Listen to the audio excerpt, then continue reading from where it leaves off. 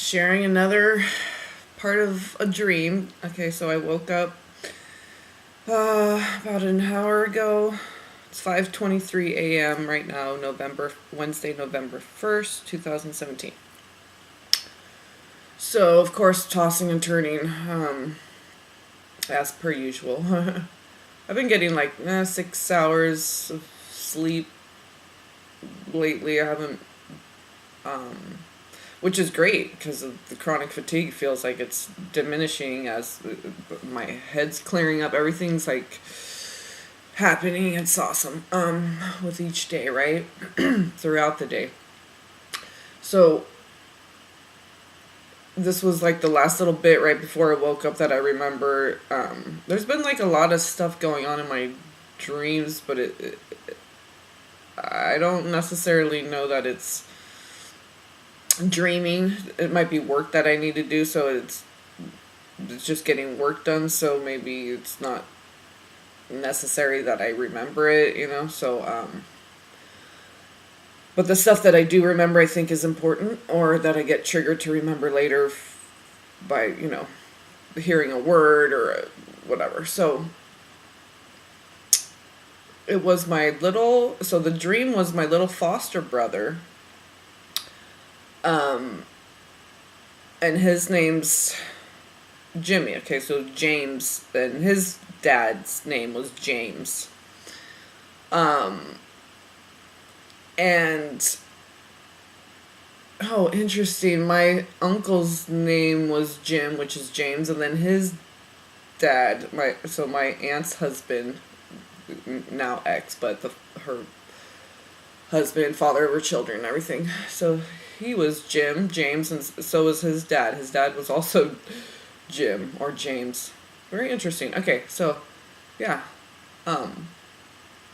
So in the dream, there's like this screen playing, like a TV or film screen, and it's just playing this movie of it seems like people walking down a path, but I don't really see like people, but it just seems like the vantage point of walking down a path. Like if you were to record what's in front of you while you're walking down the path, you would just see the path, the convergence of the your vantage point and everything. So excuse me, it's early, so I'm still humming.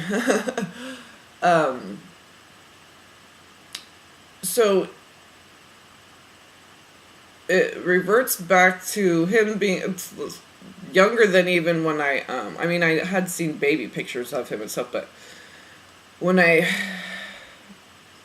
first met him, lived with him and all that, he was like 7, so he was much younger than that in this dream. Which is just kind of an indicator of like how early they try to start as soon as you come out of the womb. So he's like in diapers or so. He seems like he's like maybe 2, 3, 4, very young. Okay.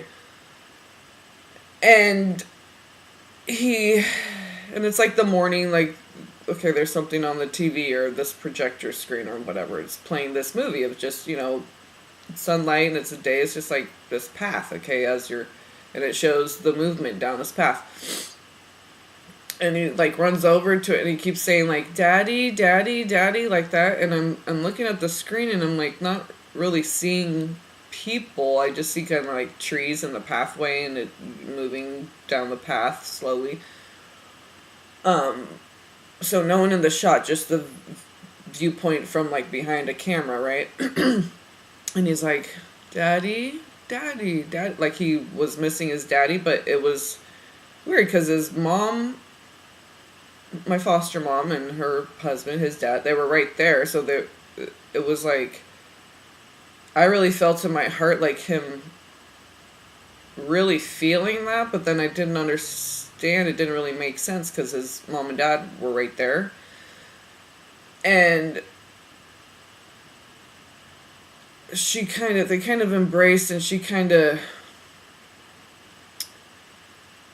she wasn't too much of wasn't very warm and loving. She was kind of materialistic and really into like hair and nails and makeup and money, and married a lawyer, physician or pilot or that kind of, not judging, I'm just saying. Um, but these are all. We planned this whole thing, wrote it all out, all the souls, and okay, to spark our awakening. It sounds crazy, but every little thing, every person, everything played a role in your awakening. So, just as you wrote it to be, as we all do. So, they were like kind of brushing it off. Like, I was really feeling deeply like what he was feeling, even though I knew it didn't really rationally make sense, because I'm like, there's your mom and dad right there. And she kind of like side hugged her husband and was just kind of like, just kind of blew it off like it's just part of life. Oh, it's just the way it is. Oh, they're gonna. But I was like, huh? You're standing right here though. I don't. And there's no one even in the picture. So I was kind of baffled and confused. I felt deeply the situation. I felt their dismissal of like how deeply little baby Jimmy was feeling, and I just wasn't making sense of all this. So what and I got confirmation as soon as I started watching a video. It said something about missing something and going home and blah blah blah. So right off the bat, it started off talking about well, not talking about my dream, but just confirmed, because I was kind of, I'm like, is this like the original separation kind of thing? And so I, got confirmation that what I've gathered so far, I believe, is accurate. So what I got from that was, again, oppositional conditioning, okay?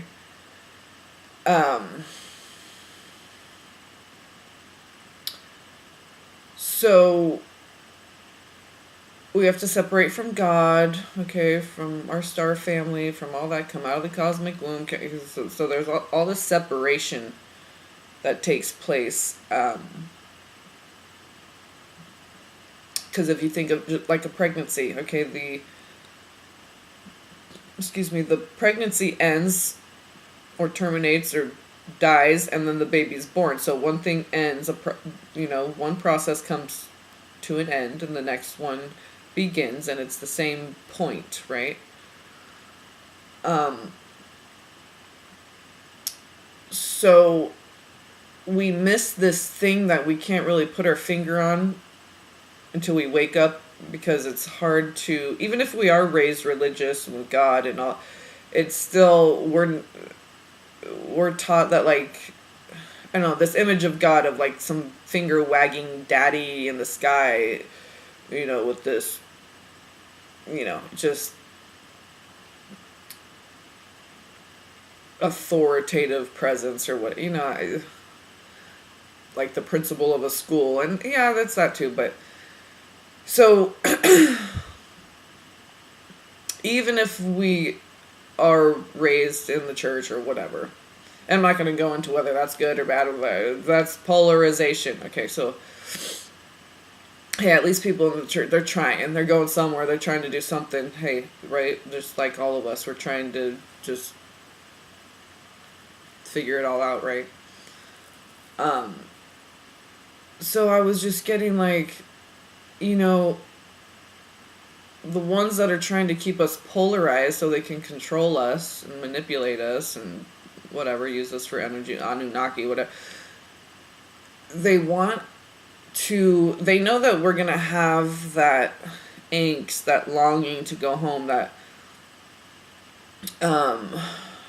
it could feel differently for different people. Some people can be very agitated. Some people can be very lonely, depressed feeling, or other people might want to do distractive things and be manic and party all the time. And okay, so we all have this angst, this longing, missing something. Okay, we feel like, it's like when you miss your mom when you're little or something. Okay, and that's exactly what it is. But we're missing our cosmic family. We're missing our etheric mother and father. We're missing our origins. And but we have to be separated, right? It's like the baby kind of is like in shock, like, oh, I want to go back in the womb, like, whoa, this is cold and bright and noisy and I'm scared and I want to get back in the womb there. So there's this missing that the baby feels, I'm sure, of like the comfort of the womb. There's no confusion. It's just everything's there. There's the perfect environment. There's no stimulation. You can just be. So we miss that. And that's the thing that we long to go back to is the cosmic mother, the womb. And it's through the Christ consciousness, it's through Jesus Christ to the Father and then back to the Mother. It's the pathway back to your origins. But these, the Anunnaki or the polarized consciousness, you can call it Satan, the devil. Okay, we'll go into the symbology of the cross so we can just understand in a metaphysical way, so we don't have to think of like what God looks like, and what does the devil look like, and they got 2 eyes, a nose, and a mouth, okay, so it's all just conceptual and energetic, but of course we have to project 3D images onto it. Anyway, God and the devil, they can take on any form and look like anything, so we shouldn't have any physical attachment to any kind of identifying factors as far as, physicality, physical attributes, but that's us projecting our ego onto God, right? And just like we do with so many things. Trying to mold God to us and our ego, which is fallible and corruptible. So silly. But anyway.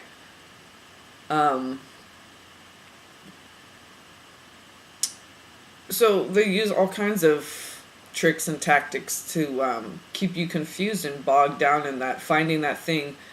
Follow your bliss and all these different things of, because we feel like something's missing. And even if we have, like I said, had been raised with God in our lives and familiar with the scriptures and all, there comes a moment when, in your awakening, where now you actually really see God and you're like, whoa, I thought I knew God before, but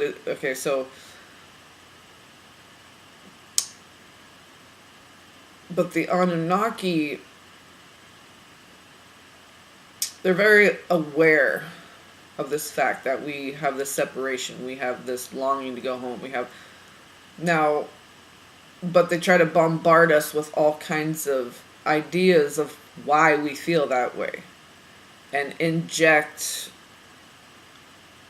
programming so we can associate this feeling, this longing, this angst, whatever it is, it's hard to describe, right? But we have this.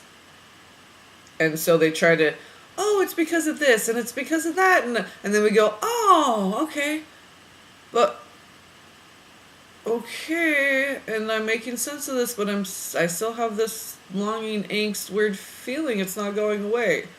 What you said made sense, but it can't be true, because right? You still feel the same way. So all these movies of like, the girl finding the guy finding the girl. Oh, I want a baby so bad. Or, I miss who I was as a child, or before I got married, or just all these longing to be born again. All these different things is really just a distraction from the truth, which is you just want to go home and be with God, wherever that is, right here, okay? Whether it's an energetic shift or however, you just want that perfection again. But, the polarized ones that are, trying to run everything down here,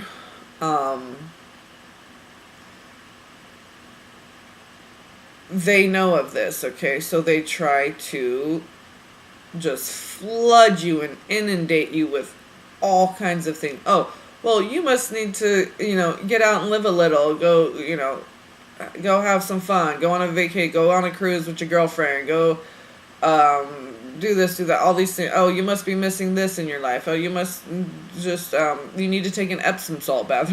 Any little everything, big, small, all the way up and down. But nothing fills that. No amount of anything can fill that but God. And when we finally reconnect and come full circle, and we're at home with God again.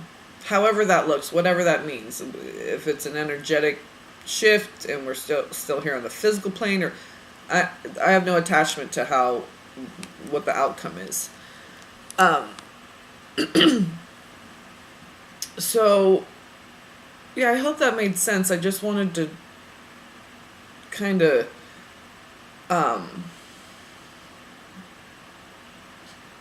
let you know that if you do feel that way, it's natural. We all feel that way. It's because of the original separation from God.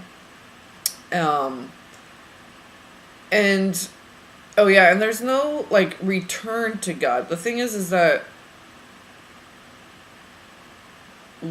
we've never left God. God's never left us. God's right here, right now, alive and well, right? Okay, your team, the angels, the benevolent ones that love the human beings, okay?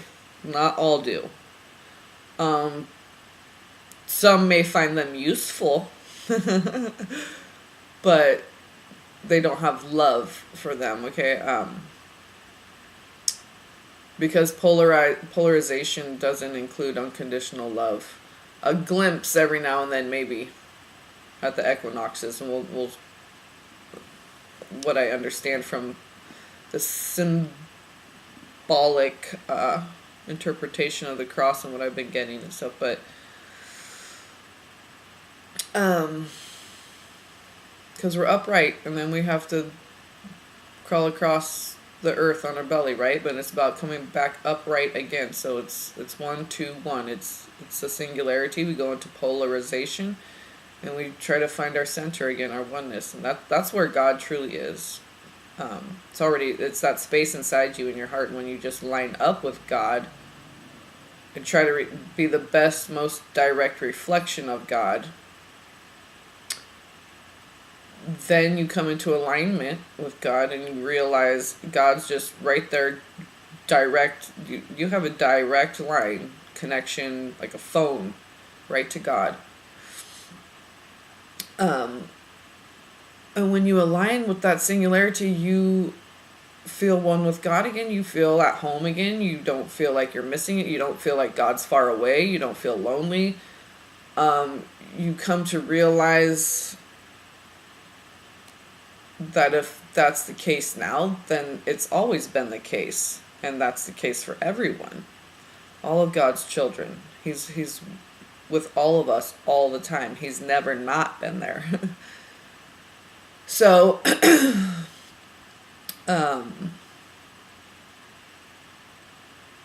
yeah, they work as a team. You know, the electro and the magnetic, they work as a team, mother, father. So, yeah, we'll go into a little bit of just the physical, like, diagram of the firmament and the electromagnetic, how that all works. It's not gravity, it's an electrical charge through a magnetic plate or a magnetizable. Okay, so anyway, we'll go into that in another one, but I just wanted to share the dream and just let you guys know that once you come into that alignment, you will feel this refreshing of like, oh, I'm not alone. I don't have to be sad anymore. I don't have to feel depressed. I'm not alone. I never was and never will be.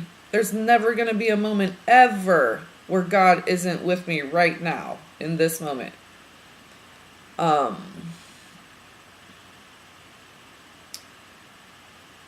Yeah, so we're going to get deep into some stuff. I'm learning a lot. And it's really bringing me to a place of just like, oh, it's so refreshing. It's so comforting. It's beautiful. Knowing, we want to know where we come from, right? Just like someone who's adopted or or someone who's been told you were in the slave trade and all this stuff, or what the Holocaust was all about. We just want to know the truth, right? So if you want to know the truth, the whole truth, nothing but the truth, you got to go all the way back. You got to go all the way back to the very beginning, the original ignition, the origins. So that's what I put a request into the universe, and they've been answering. So my team and the angels and the Pleiadians, my higher self, my 7 bodies. I'm gonna start studying all that and really start tuning in with. I got a message through just a card reading I did for myself, and the Ganesha card said practice, and you can look up what Ganesha originally. He's not an elephant god. It was a mask that he had. Anyway, you can research that on your own. I think it's in that almost 6 hour long video that I watched. I finally finished watching that. So it's interesting that I pulled the Ganesh card and they talk about Ganesha or Ganesh or Ganapati, okay, the elephant god, which anyway, very interesting. I always had a deep connection with Ganesha too, and Ganesha happens to be one of these, the ancient ones from the stars. So, and the message on the card, the word was practice. So the biggest message, and I was already tuning into this before I did, the card came out. Before I grabbed the box of cards or anything, I was already thinking, I really need to get into a routine of, just things for myself. Routine, practice of, not a routine of, okay, you get up and have your cup of coffee and do the dishes in the morning. No, a routine of, stillness and silence. A routine of, self-care. Something meditative, something spiritual, something, that relates to taking care of the temple, the body, okay? Learning about the 7 different bodies. They relate to the chakras, the rainbow, the 7. The 7. And that thing goes all the way back to the beginning, too, with the 7. Anyway. Yeah, way back before, Jesus days and all that.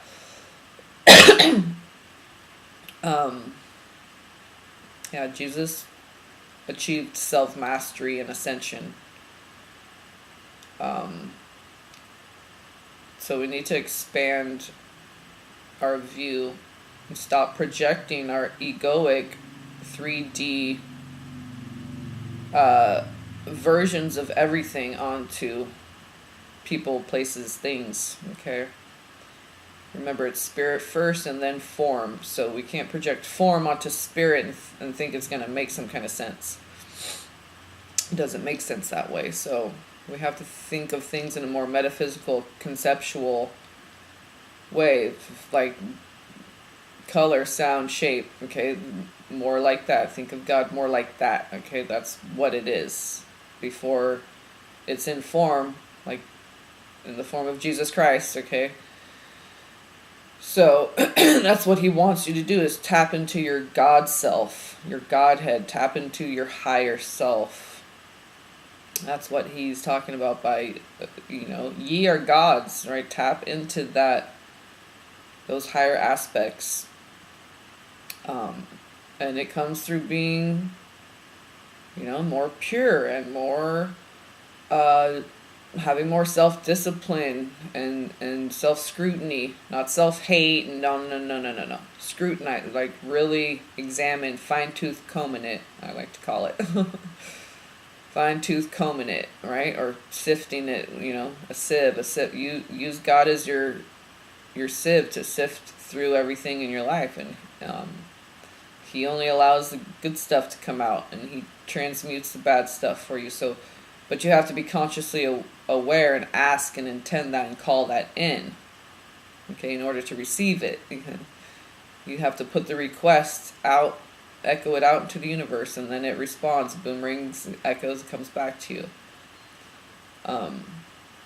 Power of the word is very important. That's why declaring and decreeing something and positive affirmations and saying it clearly and concisely.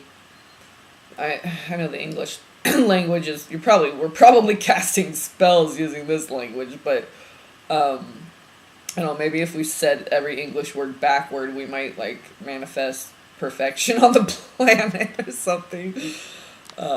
Yeah, so anyway, just know that you are complete. There's nothing missing from your life, and that thing that you feel, all you need to do is align with God, and you'll see that He's right there, always, all the time, never went anywhere.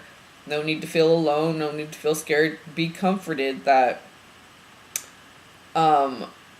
it's going to be a beautiful golden age of grace, y'all. I mean, I shouldn't say of grace. We're in grace right now, but it's not just. There's a lot happening right now, I should say. There's oneness and duality occurring at the same time. It's a multiverse. It's plurality. There's a lot happening right now. It's like the culmination of existence. So, but there's never any reason to feel alone. I felt alone so much my whole life. The ones that associate with like being a starseed and all that. That's how we felt. No matter, we could be in a crowded room, we feel different. We feel alone. In our own family, we feel alone. Like I said, even if you had a perfect life growing up, there's just always something missing. So don't let it be filled. Don't buy anything else. Don't be tricked by movies and all this oppositional conditioning that this thing is outside of us, that we need to find a mate to have, or we need to have a baby to have it, those are just things to experience because you want to. Okay, it's not going to bring more joy or love into your life. It's just, it's splendor. That's what it is. It's just walking through a field of daisies. That's what it should be. Have it more and more love, bringing more and more love into your life. So, but we're already full with love from God. We're already complete. No need to feel alone, lonely, depressed, scared about the end, because there is no such thing. Okay? There's only ascension and going higher and higher and higher.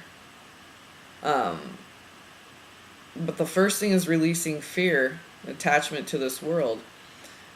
And it comes through letting go of this conditioning that we have to miss something, that something's outside. Because the thing that we're missing is God. And the fact of the matter is that God never went anywhere. So there's nothing to miss. Okay, once we realize that it's God, okay, the thing that we're missing or feeling this angst, this separation, anxiety, whatever, it's God. Okay, and then you keep going with it and you realize, but God talks to me all the time. Right, the true and living God. So with you everywhere you go. Yeah, even when you're taking a dump in the morning. I don't know, probably. You know what I mean? Sometimes you can't go to the bathroom, you're praying, and hey, then all of a sudden you have a bowel movement. God is with you, okay? Okay, Lieutenant Dan, God is listening. Greenbow, that came, okay, so greenhorn and greenbow, all this, anyway, I can't even get into all that, but this area near me called Brunswick, Brune, I was getting all this brown and Brune bear, okay, synchronicities last year, and then Wick is like witch, okay, I'm like brown witch, bear witch, I'm like, ha ha ha. Anyway, the area I live in is very metaphysical, very special, I think the Pleiadians have like because when I saw the ship, it was like right there, hovering on the ridge of this little thin little ridge that's like right past the edge of this shopping area. It's kind of like in this little cove. This little ridge goes right around the back of like where this big, strip mall shopping area. They got like grocery store and all this and blah blah blah, banks and blah blah blah on both sides. So it's it's literally like well, up the hill, I don't know how high up the hill it was, but from where I was to over to the ridge, it's maybe probably not even a mile away, probably. So I saw it very clear, and it just what caught my attention first. What, and I know I'm going side note really quick, but I don't think I explained it in another video, but I know the day when I saw it, that little thing I was just showing the sunset. I didn't really talk about the ship, but it's just like when I was out in my backyard. That it was quite a ways away when I was in my backyard. This time it was just like hovering right over the ridge, full set right there. So, and with the amount of distance that it was away, it was not very far away at all. So, like I said, it was very big, very bright, just like that really like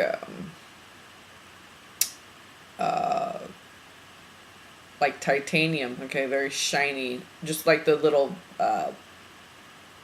Morgellons flex, the titanium hexagon, okay, very shiny like that, really catches the light, super, super silvery.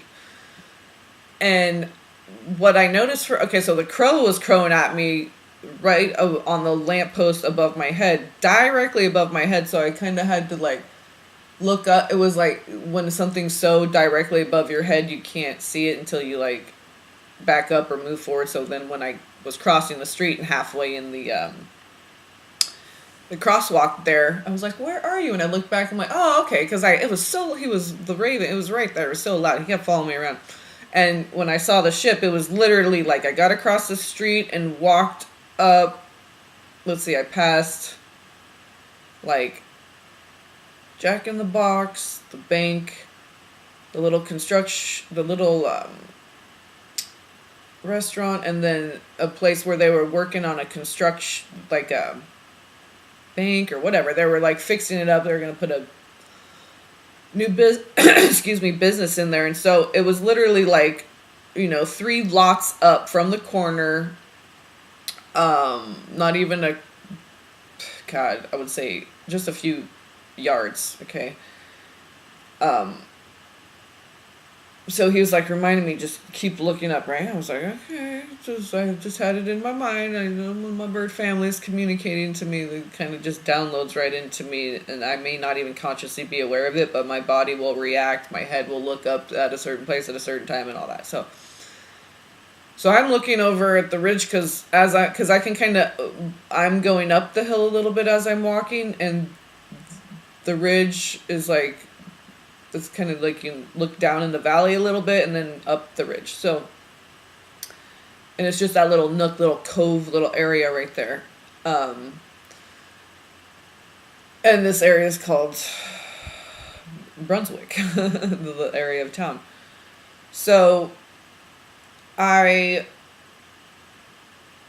was across the street. I'm just walking for like 30 seconds, okay? I look over, so I'm at like 4 lots up, 4 businesses up past the corner. So like I said, but really quickly right after, the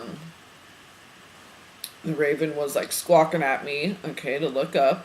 So I look up over the ridge and I see, because I know the sun's setting like down, it was like I had the regular sunset, then I had like a southeastern, like Nibiru was, setting or whatever. Had a dream of a bunch of moons and planets, all this stuff up there that we're not seeing, but I look over and it's like, I could see, it's like, I'm like, how is the sun shining all the way back over here, which was like the northeast, very north, okay, and eastern, so very northeast. I'm like, what is happening over here? It's like purple haze. Look, perhaps because the way the light or the color of the light or whatever that was shining on it, but it looked like purple hazy stuff. I'm like, what is happening over there? And I just had a burst to like go on a walk that day. I was like, I gotta just get out of the house. We're just gonna walk, and I don't even know where we're going. I'm gonna go get a dry erase board because all these symbols are coming in. And the timing and everything was perfect because the bus, this happened and that, and blah, blah, blah. So, and the raven was following me all around, showing me his avocado, squawking. Okay, so I look over and see the purple mist, okay? And it's like light shining on it. And I'm thinking, from the sun? How can that even be possible? And it kind of seems like it's coming up from behind the ridge. Like this purplish lit up kind of mist is coming up. And I see all kinds of weird clouds around here. So anyway, the area where I am, they're all over right now. Okay, they're observing, they're helping us. So I look up and I'm like, there's no way that's a star. It's huge. Huge.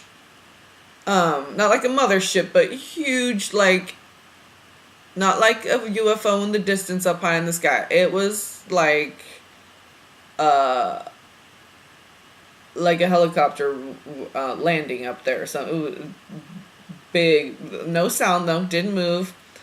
It was like all that mist, and then all of a sudden this big, shiny, kind of like a circle, maybe just slightly more stretched out in the center. So a little bit of elongated in the middle, okay, where the equator part of it would be, I guess. But pretty round, very bright, and it stayed there for a while. I'm like, oh, okay. Hey, family. Yeah, this is a real close-up view, because when I was in my backyard that time, it was pretty far away, but it did the same thing. It's 6 a.m. now. Okay, so let me wrap this up. So it did the same thing. It appeared out of nowhere, just hung in the sky, super shiny, didn't move, left, right, nowhere, and it appeared out of nowhere and stayed in the same spot and was very shiny and didn't make any sound either. Didn't move the trees, didn't nothing, okay? And it was there for such a long time. I was already parked staring at it, but I put the brakes on the stroller, just put my hand on my hip and adjusted my leg and got comfortable, and it was there hanging out for a good, I don't know, there's cars all passing behind me and everything, and I blinked my eyes plenty of times. I didn't take my eyes off it. I was just pushing love at it and receiving any love they had to give me. That I didn't even take my camera out or anything. I didn't want to miss it, and I just wanted to focus on the experience. I don't care about people believing me and this and that. It's about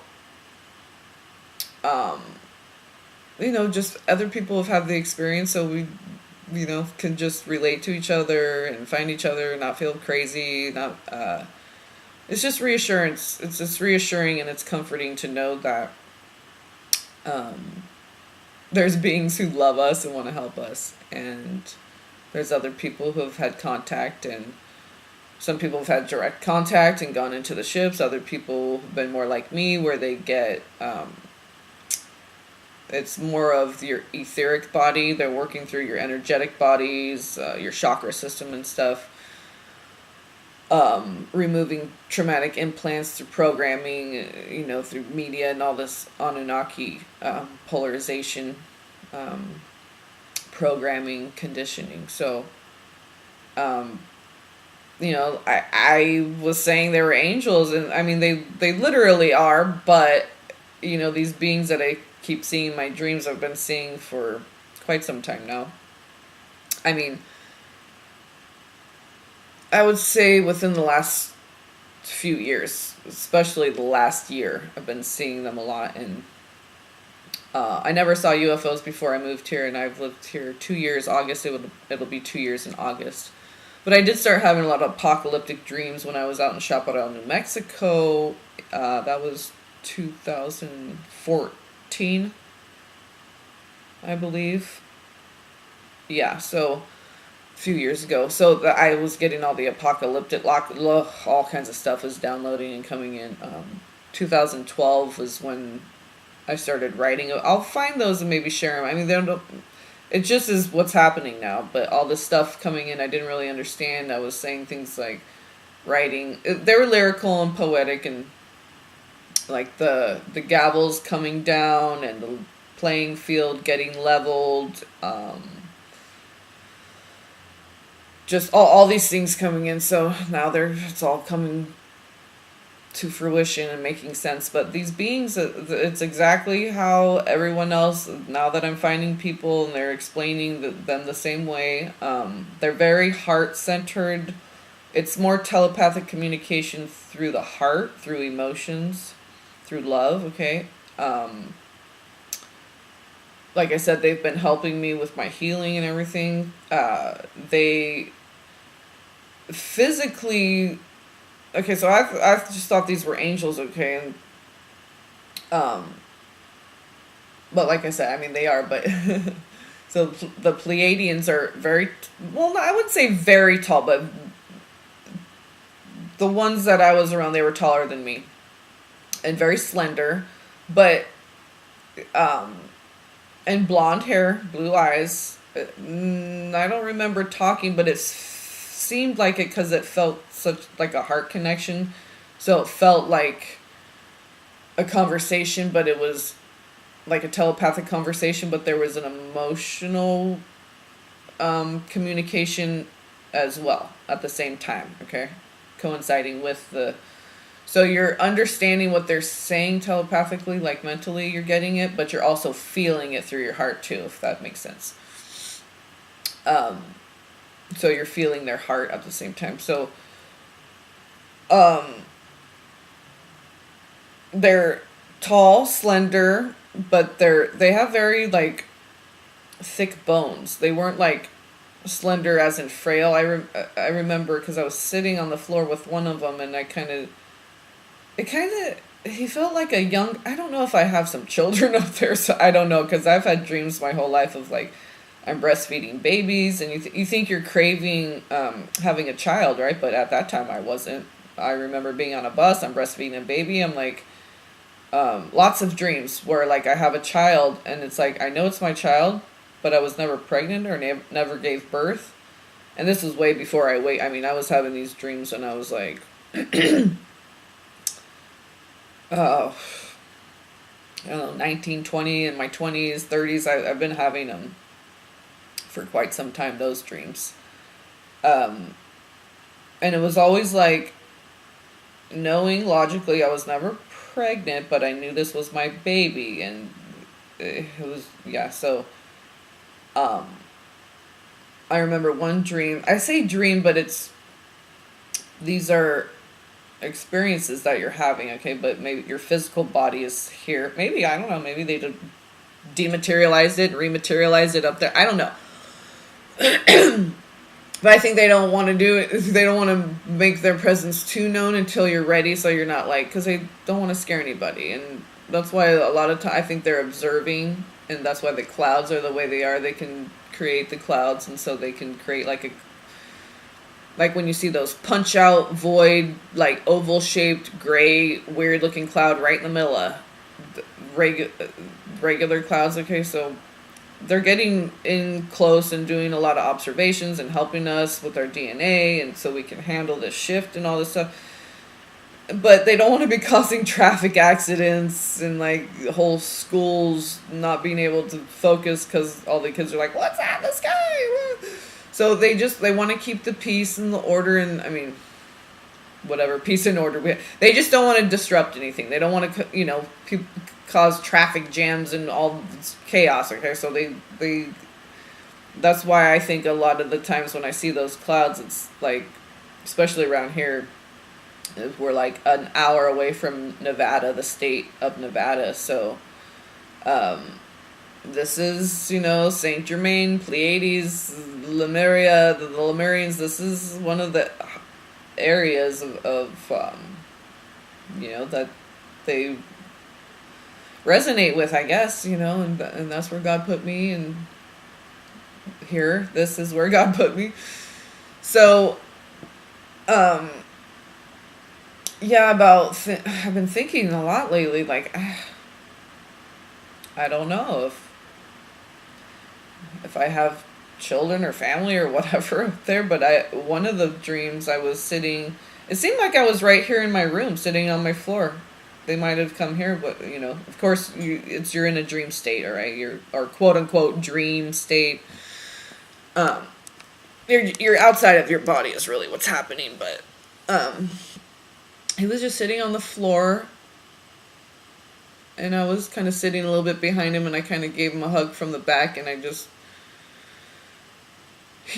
remember, and he seemed kind of younger, like maybe just barely 18. This might be the same boy that I saw in the dream that I dreamt about Mandalay Bay and everything. Possibly could be, I have Pleiadian children, maybe, who knows. But it's feels like that could be a rational explanation for a lot of these experiences. So I just remember he felt what I got telepathically through my heart when I did that. And I just saw the back of his head. He was kind of looking to, it's like he kind of didn't want to look at me. What I felt was sadness, like he didn't want me to go. Or like he didn't have enough time, or he's like, why does she always have to go, or something like that. It was like that, like, and I felt like I was reassuring my son, like, oh, I'm gonna be back, but there weren't really. It was more communication. But I felt that, like, this separation anxiety, this not having enough time with each other or something. Okay, and also it felt like a mother-son relationship.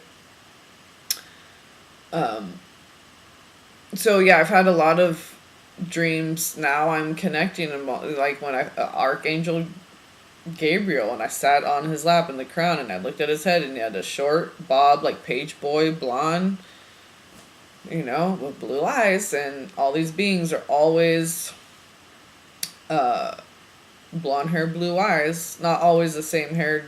Like, I've seen mostly men, I think. It possibly could be the same one over and over, because it's like a young, I don't know. Since I released, I said, look, if whatever needs to be done, if you guys need to, because I already know the Anunnaki, they've already done I'm like, hey, if there's benevolent beings out there that are willing to help, and you're doing genetic stuff to help us and heal us and raise the vibration and bring things into harmonization, I'm a willing participant. That's part of my contract. I was just like, I surrender fully to God. So if that means the Pleiadians are going to do work in my chakra system, that, to update templating and help the collective, and do it. I don't care. This is just an experiment. This vessel is just, there's other things living in here too, right? All these cells and organelles and all these other things coded to do their own thing. And so whatever. It's just a vessel. So, but it's a holy vessel, right? So once I surrendered that, it was like I started having all these things, dreams and symbols, and way more connection with the Pleiadians. And when I had the first sighting, I'm not sure if I had said that yet, but I know I had just recently made that intention and said that, and was just like fully surrendered. Like, you know what? I want to heal. I want to get strong. I want to ascend. I want everyone to come into love and heal and all this stuff, right? I'm like, so whatever you need to do, experiment on my body. I've gone through enough pain and releasing of fear to where, like, I'm ready. And when I saw that ship, I'm like, okay, it was just like, if any lingering doubt or fear or whatever I had was totally diminished, totally dispelled, vanquished, vaporized, gone.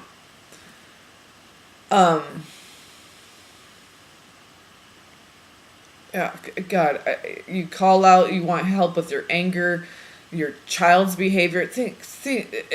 They respond, they answer, they help you.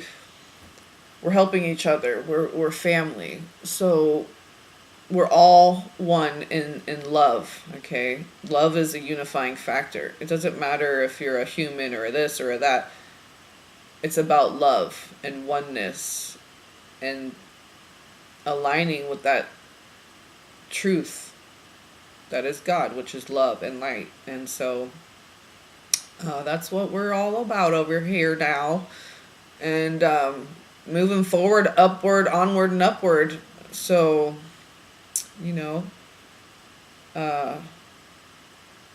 let's make the journey together. So I love you guys. Peace and blessings.